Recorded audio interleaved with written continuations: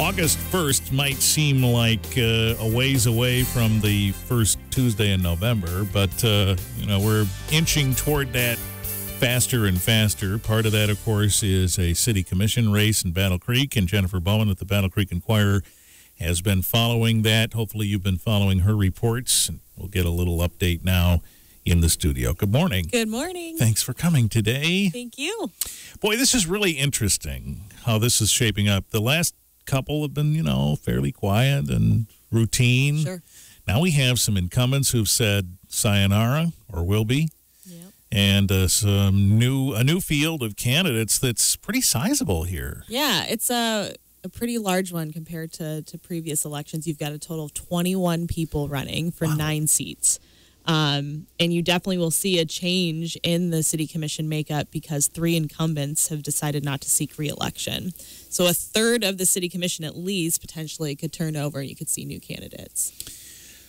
And it's interesting because we spent some time yesterday talking about trying to find the inspiration to run for office if you have it. Some people already have it and maybe they've been thinking about it. Others find it to be just below the surface and something happens and they uncover it. Sure. But it's interesting because all of a sudden now we have a pretty good field. Some of these folks have run before. Yeah, you see some familiar names. Johnny Cash is there. We also have 4 previous commissioners who aren't on the commission right now but are hoping to make a return. So Sherry Sophia, Mary Lou Ramon, Chris Simmons, and Commissioner John Griffin, who actually served back in the 1990s.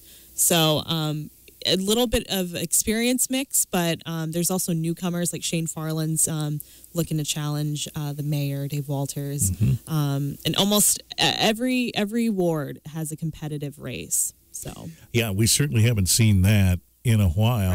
Right. So this is interesting. This makes me wonder what's afoot here. Something going on? Yeah, I think there has been a little bit of increased interest in the city in recent years, just because, they've had some tough budget decisions they've had to make. They've made pretty big decisions as far as, building a police station, right. Some ordinances that have been really prevalent in city conversations and throughout the community. So, I think there has been a heightened interest and people are kind of, thinking that they could do it a different way or they want to see the city go in a different direction. I think that's where you're seeing some of the inspiration from people. That's interesting that you say it that way because we were talking with Steve Frisbee yesterday, yeah. who has gone through some. He was inspired to run after it. As I was saying, for some folks, it's right under the surface. The inspiration.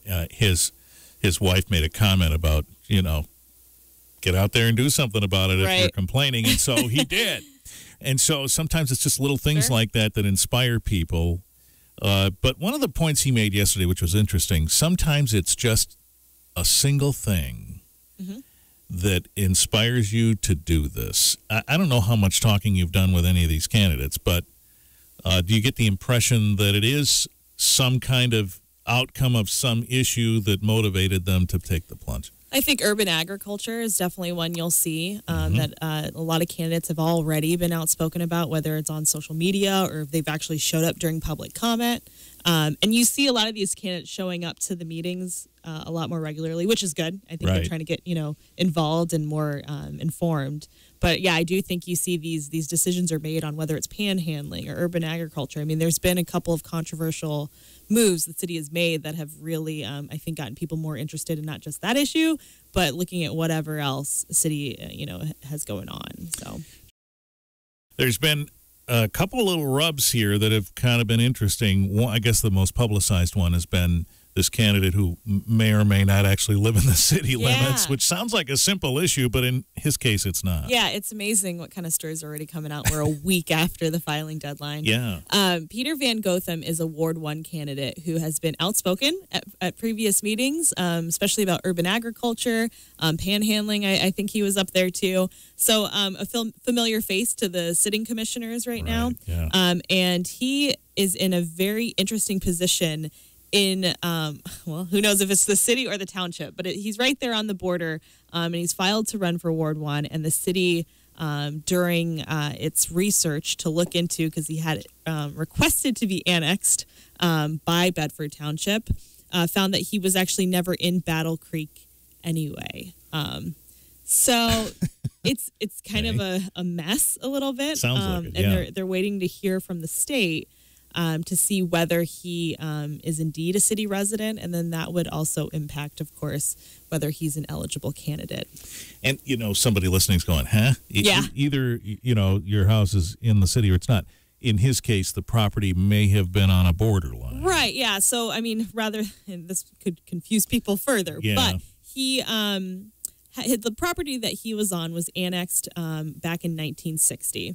And he was a little upset with the city. He's been at that property back since 2001, I believe, about 16 years. And so he took his frustrations and asked to be annexed by Bedford Township. He doesn't get city or water sewer. He doesn't get water or sewer services. Mm-hmm. So he was just thinking, why even be in the city? He's got his frustrations. So the city looks into it, right? And that's how they came across these annexation documents from 1960 that showed the property used to be broken up in several parcels and some were not properly annexed. So now they're hearing from the State Boundary Commission. I checked with Van Gotham on Sunday, and he has not yet heard anything. So it sounds as though this candidacy is not going to last. Who knows? I think Bedford Township officials want to do their research, and I think, again, it really lies heavily on whatever the state comes back to say. But that's an important ward, too, because that's one that's going to be vacated by an incumbent. Deb Owens has said she won't seek re-election. Mm-hmm. So you have already a crowded field in that ward. So it'll be interesting. So Deb Owens, Mike Scherzer, Andy Helmbolt. These are the three incumbents who have elected not to return.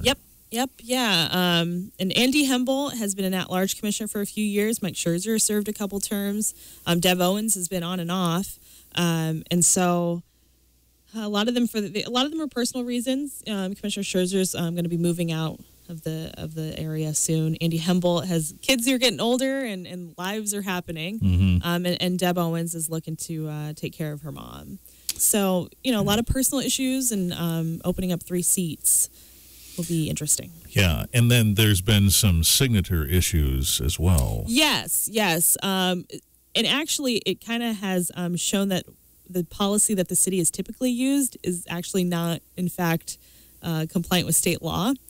So previously, if you get your petition in on time, but on its face, it looks like you've got enough signatures, and then they find out later that you're short a few, the city is typically given extra days to pick that up. And so what you found after they were going to use the same policy this year, heard from the state that no, indeed, after the filing deadline, that's the deadline, you don't have extra time. So that changed the eligibility of Reese Atkins, who was an at-large candidate. He had filed his petition on time, but ended up not having enough signatures. Commissioner Mark Banke was one of the last commissioners, and he got exactly the 100 signatures that he needed, so he didn't have to go gather more. Now, there was some sort of extension here for some, I think he might have been one of them, to ascertain whether or not the signatures were enough or ticked off all the right boxes. What's up with that? What's with the extension opportunity? Yeah, they kind of looked at it the same way that you had 3 days to withdraw after you file. So that's the way the city viewed it, was that was really where everything was finalized. And what they found was that wasn't the case. The state said after the filing deadline period, you still have the time to withdraw. But as far as gathering additional signatures if needed, you can't do that. Can do. Because it was so close to the filing deadline, it was possible that Commissioner Banke might have been short. But after a final review, once the review was done, mm-hmm. they found that he had exactly the 100 signatures. That wasn't the case with Reese Atkins. He had been notified a couple days before and just didn't, for whatever reason, file the additional signatures. There's the difference. Okay, understood. So what's the hot one here? What's the hot ward to watch? Yeah, elections, especially city commission, they're unpredictable. But I think you should always pay attention to the at-large race, just because there's 4 positions open, and depending on how many people are running for it, it just gets that more competitive. And you do see that because there are more than 4 people. I think there's a total of 8, if I'm not mistaken, maybe 7. running for at-large. And one of the seats is open because of an incumbent. So then you see, these newcomers hoping to get a seat there, really going for it, which, of course, puts pressure on incumbents who may have to campaign harder. So that's always an interesting one. And Ward 3, because you see a turnover so often in that ward, residents are real, they don't hesitate. If they want somebody else or if they're unhappy with the commissioner, they do that. It changes. Go for it. Yeah. And I think they do also have issues, as all the wards do, citywide, with low voter turnout. But so Ward 3 has Commissioner Kate Flores looking for re-election, and I think there's some things that have been controversial maybe to some people who think welcoming Michigan was something that Flores had really championed and really brought forward to the commission. Some residents love that, some don't. So that'll be an interesting one. And Ward 1, of course, with a large pool, and with Deb Owens leaving, that'll be interesting. And I think it's always interesting to kind of see how these former commissioners are going to do, if their experience will help them, or if there's any past controversies or stuff residents don't forget when it comes to local government. So the mayor thing would be a little up in the air too. What was it? 2 elections ago, when there was a struggle between Dave Walters and Deb Owens over who was going to be the mayor, it raised a couple of questions. How do you sort this out when you elect your own mayor amongst yourselves? And Mayor Walters thought at some point maybe that would change, but that has not been discussed. It's not. There has been a lot of talk about possible moves, but all of those would have to mean that they have to open up the city charter. Yeah. And once it has gotten to that conversation, commissioners have kind of backed off or haven't seen further action.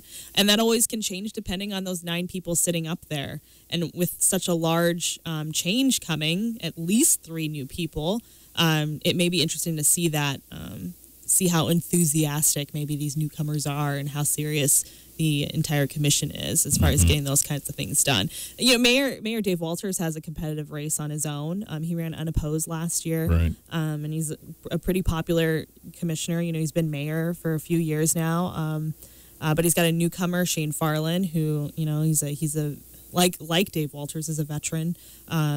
And has a lot of energy, has been really visible at these meetings, and is also known because he had the first food truck. So, that could be, can we even talk about the mayor's race, until these 9 people are decided? Interesting. All right. Well, we'll be following this, of course, although Jennifer won't be. I'll be watching from afar, but someone else's byline will be on this. So Jennifer is moving on from the Battle Creek Enquirer. She's moving to North Carolina, along with Dylan Davis, too. So we're losing a very strong pair here. Oh, well, thank you. Have been busy covering news for you by way of the Battle Creek Enquirer, and we've talked about my personal feelings about these things. That's good. So you're going to choose your successor, right?